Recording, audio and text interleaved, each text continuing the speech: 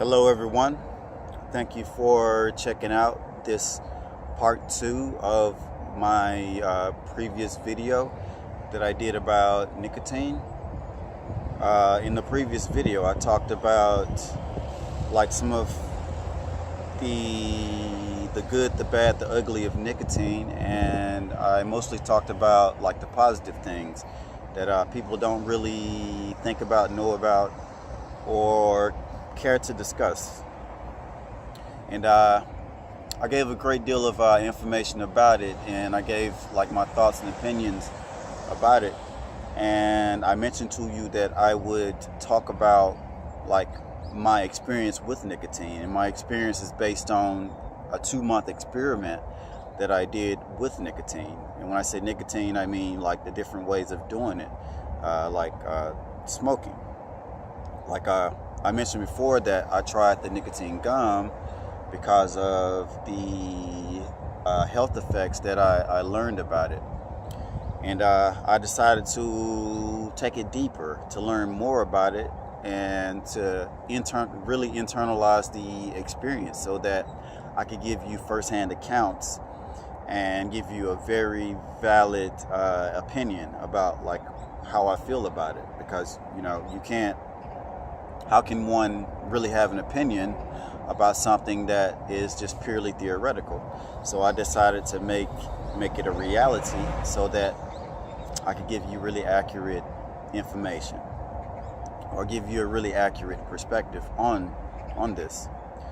So in this video I'm going to talk about my experience in my experiment, which went on for about 2 months with nicotine. All right, first of all, I've gone throughout my life as a non-smoker, and most of it as a non-nicotine user, so it's pretty new to me. And as I mentioned to you before, I think nicotine is a part of nature. It's a God-given plant. It was given to us. It has a purpose, just like all other nature and all other food and nourishment has purposes for us. But I guess it's up to us to find these purposes and learn how we can live in harmony with it, and what does it have to give us, and what we have to give it, if that's possible. So I'll just go right in and talk about my experience in my experiment. Again, it went on for about 2 months. It's ongoing right now. I'm still I'm approaching the end of my experiment. But in the very beginning of my experiment, on day 1, I decided to go into this with a very open mind, and I guess start from scratch, or start from the very beginning. So I went to a tobacco shop, a shop that specializes in only the use of tobacco and tobacco products. And I went in with like the mentality and attitude of like a complete beginner or an amateur. And I asked like a bunch of seemingly silly and naive questions about tobacco to the shop owner, and he was probably kind of puzzled by me doing this.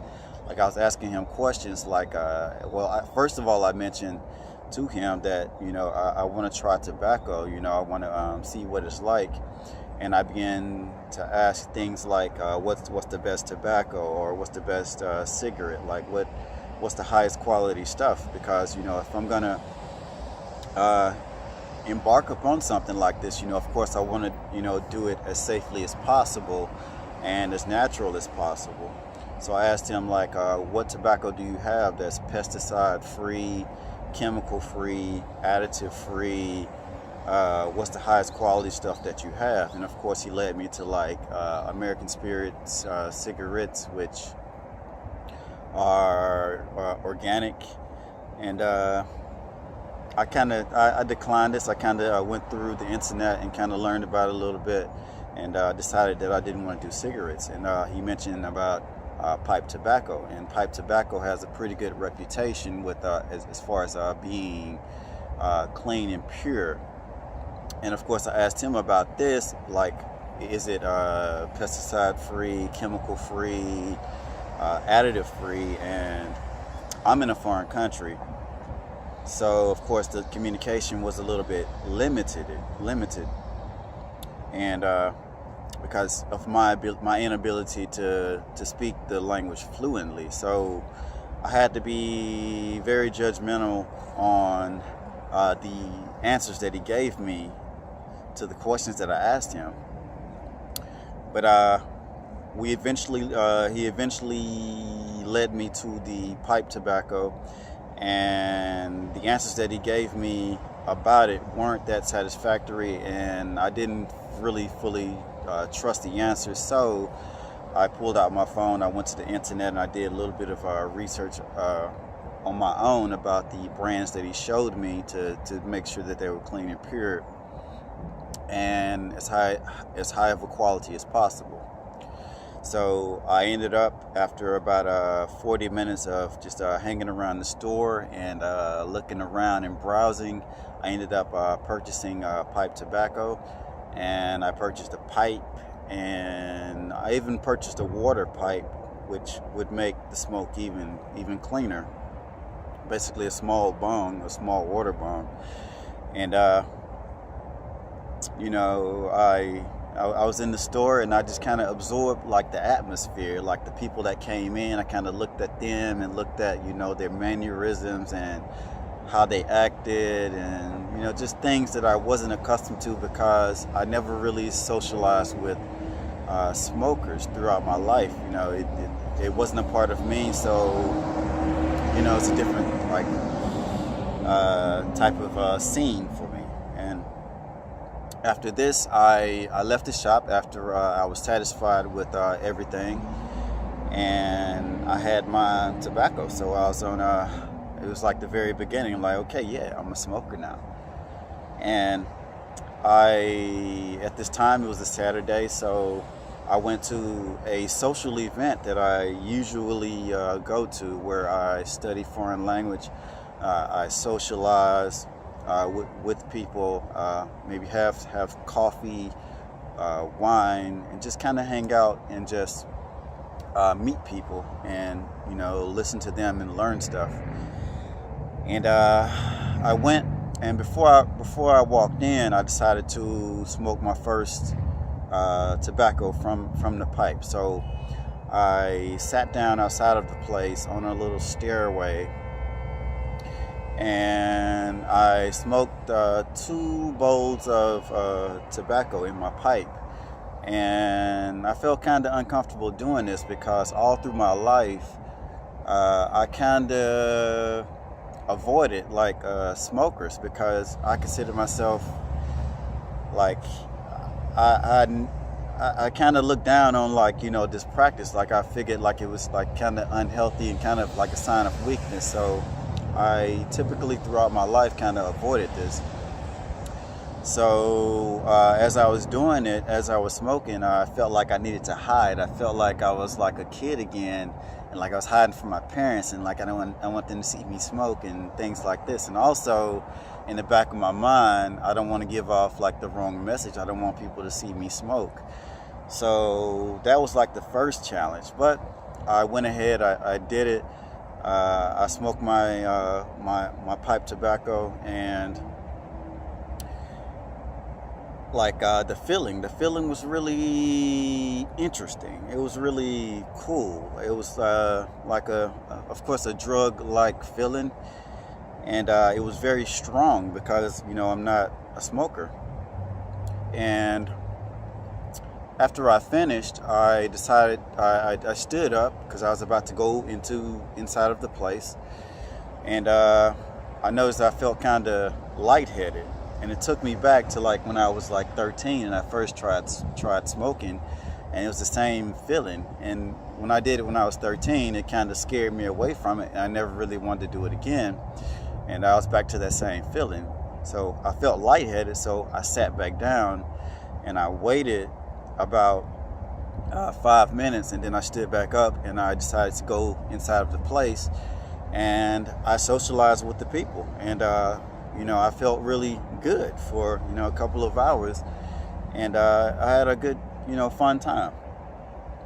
And thereafter, throughout my week, I went about my regular routine. I went to work, and during my short breaks, I would go outside. I would smoke, and of course, I would kind of stay away from people and kind of hide out because I didn't want anyone to see me do it, because I felt kind of, I guess, shy about it, and also didn't want to answer any questions. I didn't want any judgment, and things like this. And I recall, like, from my own previous experiences, like I didn't really like the smell of smoke, and like previous relationships I was in, like I didn't want to like date a smoker, or even like kiss a smoker, because I didn't like the smell. So now that was reversed. I was kind of wondering, would people feel the same way about me? So this was a change in perspective. I was able to see this from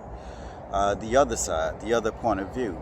So I was able to be in the shoes of a smoker in this respect.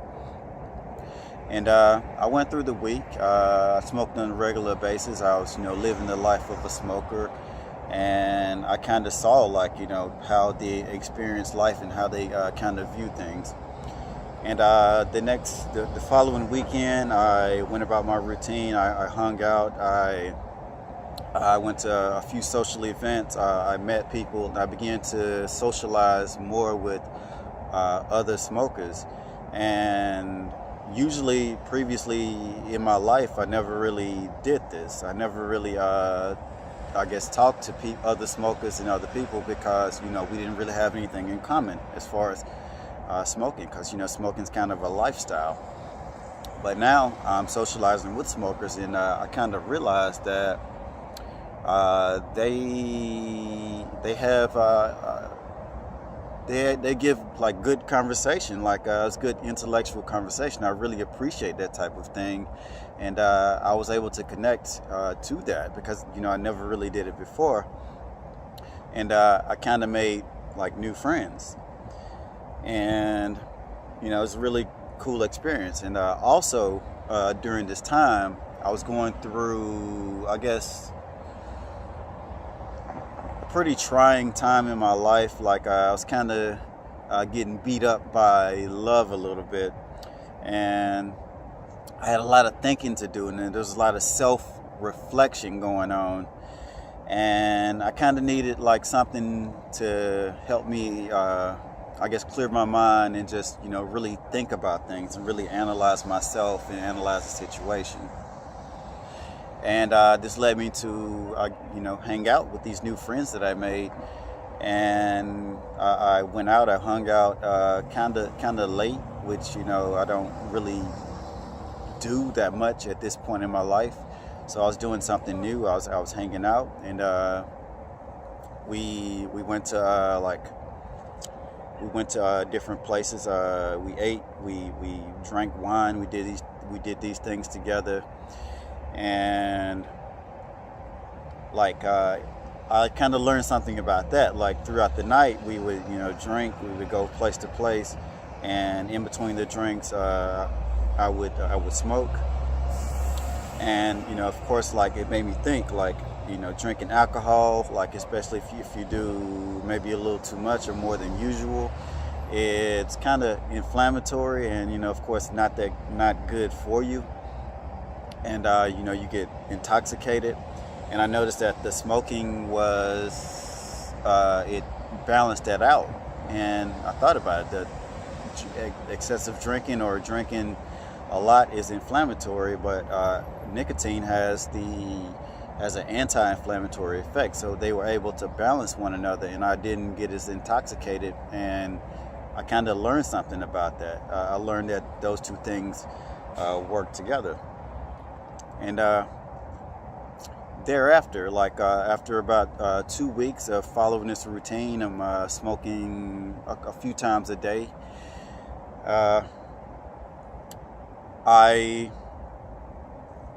I kind of like noticed like the effects of like the smoking on me and the nicotine on me. Like I had, I guess, problems with learning like the proper dose. Like as I mentioned to you before about my first time, like I became lightheaded because I overdid it. I did too much because I didn't know like what was too much and what was the right dosage.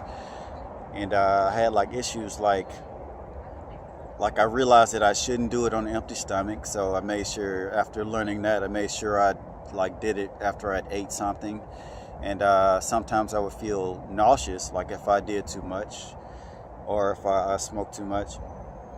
And like had like issues with my stomach and things of this nature.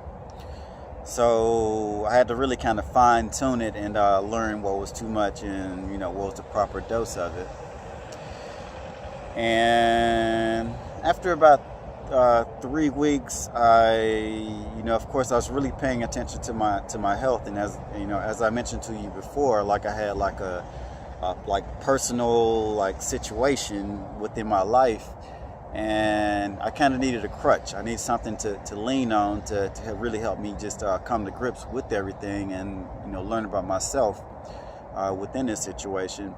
And I realized that when people have issues, they depend on like substances, alcohol, nicotine, things like this, and it can become an addiction. And I didn't want that. I don't want any addiction. The only addiction that I want to have is nature, because I think that's a very, very healthy addiction. So I was very conscious of that, and I wanted to kind of not take things too far and go in too deep with it. So I kind of backed away from the nicotine around week 3, week 4, and I did it a lot less. And then, like a little bit later, I just kind of lost my desire to smoke my tobacco, and I did it less and less and less.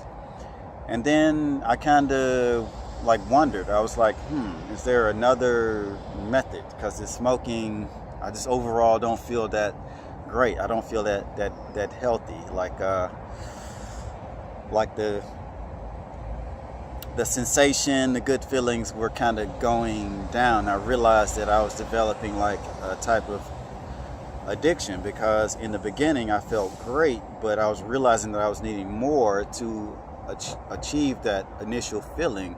And I was chasing that initial feeling. I know that's the very definition of addiction, and I don't want any addiction. So I looked for like an alternative method. I began to think like, is there another way? And of course, you could do chewing tobacco, which I didn't want to do that either, because I know about like the chemicals and the things that's in chewing tobacco, that they put in it to help you absorb it more. I didn't want to get involved with all that unnatural stuff, so that was out of the question. So I was thinking, like, how do people, ingest or eat food? And of course they cook it, and of course you could make a tea from it. So I explored this concept. I looked through the internet on like do people do tobacco tea and like how to do it. And after doing my research, I realized that it was pretty much frowned upon, and it was very taboo thing, like making tea. Like I looked through like blogs and like forums of people talking about this, and it was usually approached with like or it was usually responded to with like negativity, and people saying things like, or mentioning that nicotine is a poison, a toxin, you shouldn't drink it, blah blah blah, it tastes horrible, and this and that. So the overall tone of the information that I got was that you shouldn't do it. But I was thinking, I'm like, people make teas from other things, so why isn't this a possibility? Why is this so uncommon, and why is this looked at in such a negative way? But I decided to do it myself. I made my own nicotine tea, and of course it tasted horrible, and like it's a stinging, bitter, weird taste. And like how I felt, it was way too stimulating, and it was just weird. So I couldn't do it. Like I didn't feel good doing it. So I said, nah, that's a bad idea. A couple days later, I decided to try again and add something to give it better taste, so I could stomach it better. And of course, I use much less. And I added a little bit of honey to it to give it some. Actually, I mixed it with like another tea, another type of regular tea, to cover up the taste. And the feeling that I got from it was not bad. It wasn't too much. It wasn't overwhelming. It stimulated me pretty well, and the effects lasted for a long time, and it was quite pleasant actually.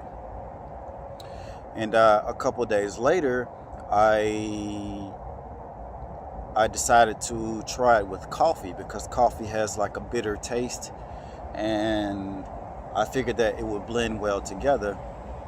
And I used a very small amount in my coffee, and this combination was really good. Like the effects of it were very comfortable. It wasn't overwhelming, and it lasted for hours.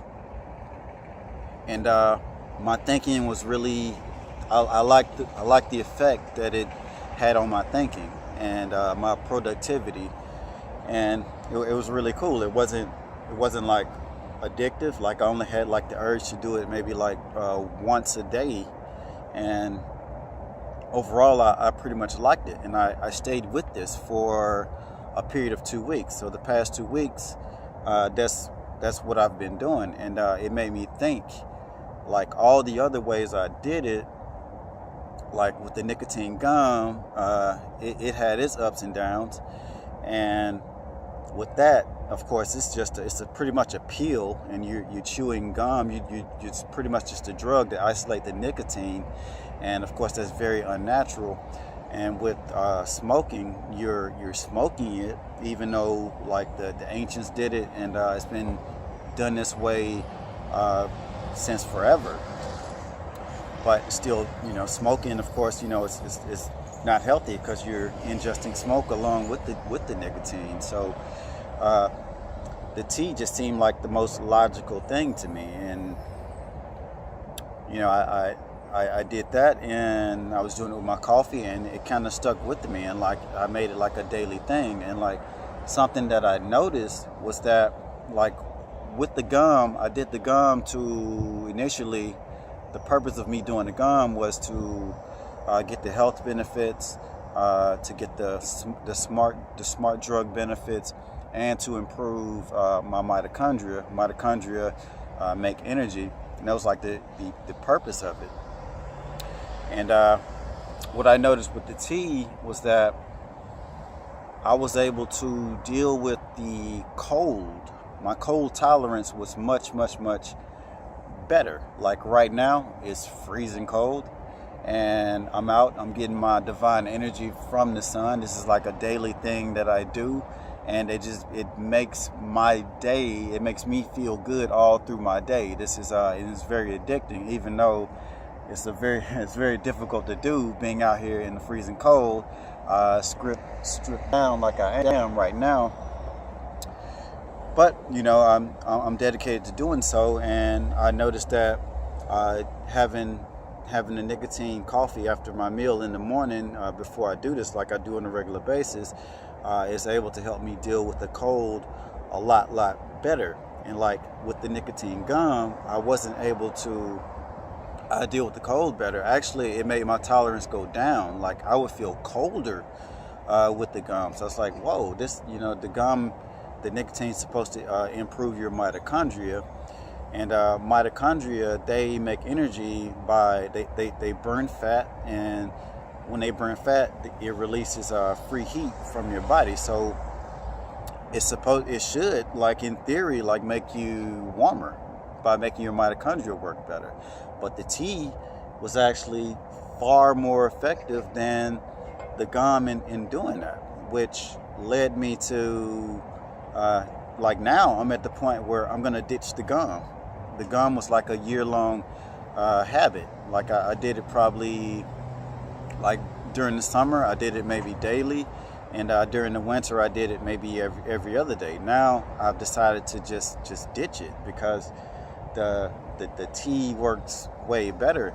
And I think like the reason for that is because the tea is in its like most natural state. You're getting all the enzymes, you're getting all the cofactors that come with it, like eating a whole food and not isolating something. Like me, I don't even take vitamins anymore because vitamins are man-made, and it's isolated and it's separated from the food. You know, whole foods are the way nature intended it, and I think, you know, nicotine is no different, especially based on this experience that I have. And what else happened?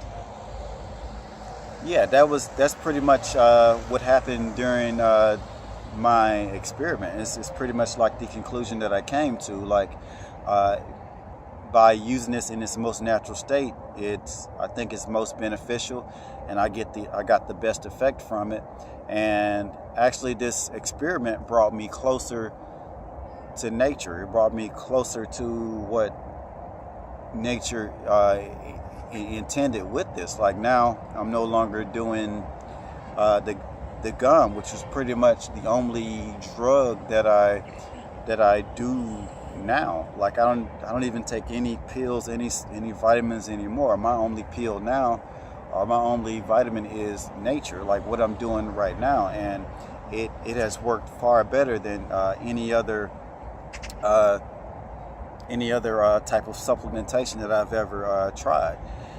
Because, you know, I learned like the importance of this. You know, the physics, the nature, your surroundings are like far more important than like what you put into your body. This is the vitamin, and that's pretty much what I learned from this. So it brought me closer to nature. It brought me closer to what's real. So this situation, this experiment, I gained a lot from it, and it was very enlightening. And I learned a few things about myself. I learned some things about other people, particularly smokers. And I was able to walk in the shoes of other people, and it took me to a different part of life, and it introduced me to a different part of myself that I had not really experienced before. So it was quite eye-opening for me in trying this. And I learned quite a bit in this experiment, and I'll talk about that in the next section of this video, about the things that I learned. And also in the next section of this video, the part 3 that I'm going to follow up this video with, I'm going to, I guess, talk about like the ancients and other indigenous and natural people that use nicotine, how they used it, the reasons that they used it, and which, you know, to me, I think is the proper way, because these people are more in tune with nature. They're in tune to who they really are, and they have answers. They have lots of insight to the things that we want to know about ourselves. So in the next video, I'm going to talk about that. I'm going to talk about the lessons that I learned through my experiment, and some of these things are like how to combine like this with nature to get like the most beneficial effects from it. And also something that I failed to mention in my first video that I wanted to mention was like the effects of nicotine on melanin. And if you don't know, melanin is what gives us color. Everyone has melanin, no matter what your race or ethnicity is. And of course, me, I am of African specifically like West African descent, and I have dark skin, so my skin contains melanin. My hair contains lots of melanin, and you know, my eyes. You have melanin all through your body, even in your brain. Your brain has melanin, and you know, melanin is important, and nicotine has effects on melanin. And I mentioned to you before in my first video about people with neurodegenerative problems like Parkinson's, Alzheimer's, and things like this. What they found through studies is that these people who suffer from this, they have lost like melanin in their brain, the neuromelanin, which seems to be like a very, very important melanin that there's very little information about, and which is kind of suspicious. Like, why isn't there like information about this? Why isn't this being studied extensively? And I'm really curious about that, and you know, I'm gonna, you know, look into it deeper myself. But I'll end this video here. I hope it was insightful for you. Please check out my next video. It's going to be as interesting, if not more interesting, than this video and my previous video, if you thought these videos were interesting. So I'll stop here. It's freezing cold right now, and I'm kind of shaking, but you know, it's okay. And thank you so much. I love you, love yourself, and I appreciate you for watching. And I'll see you in my next video. And please check out my other videos. I delve into a lot of really cool concepts, topics, and things surrounding nature. So again, I love you. Bye. See you next time.